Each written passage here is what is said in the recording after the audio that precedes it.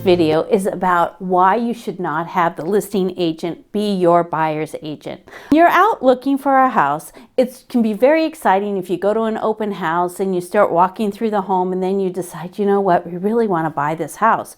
And you start talking with the listing agent and they say, oh yeah, I can write the offer up for you. This is a really bad idea, and a red flag and bells should go off in your head, and this is why. Buying a home is a long-term commitment, it's a financial commitment, and it's a huge purchase.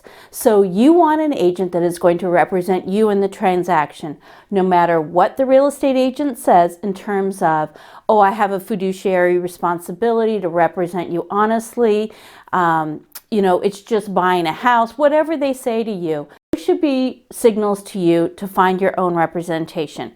Think of it this way. If you had a conflict with someone and you had to go to court, would you have the defense attorney for the person that you were upset with and your attorney be the same person? You would not. And the house transaction is no different. When you are a buyer's agent and you're representing your buyers, the first thing you do is you go out and you look at several properties and you're really helping the buyer identify the things that are going to make them happy, whatever that is, whether it's commute times or the certain size house, whatever those home things may be. And then the next step is that the buyer agent should go back and they should do a comparative market analysis. So you as the buyer know exactly how much the home is worth. The house may be on the market for far more than the house is actually worth, and you as the buyer needs to know that. So some other things need to happen. For example, there needs to be a thorough review of all of the seller's disclosures. If you have any questions, you need to ask for more information. It's hard to do that when you're working with the same agent. Additionally, there's other things that you might want to know, like how much are the utilities, a variety of different things that your agent should go to town hall and pull the file on the house to make sure all the permits were pulled. Now, the listing agent cannot do that because she is representing, or he is representing, the seller, and they're not allowed to go and be digging around and finding out information for the buyer. So there's a lot of steps that need to happen with respect to that. When you have your home inspection, the home inspector is going to be analyzing the house from a structural and a safety perspective. Home inspection really isn't the day to look at the cosmetics and see if you can negotiate a better price based on that. But it really is a day to make sure that you're safe in the house.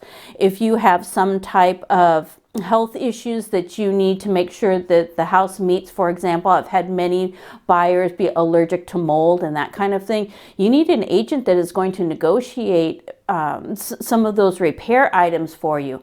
That's hard also to do when the listing agent is representing the seller. And really, at the end of the day, it's a conflict of interest.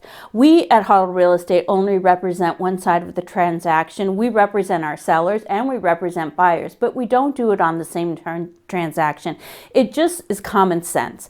And in some states in the United States, you're not allowed to do that, but here in Massachusetts, you are allowed to.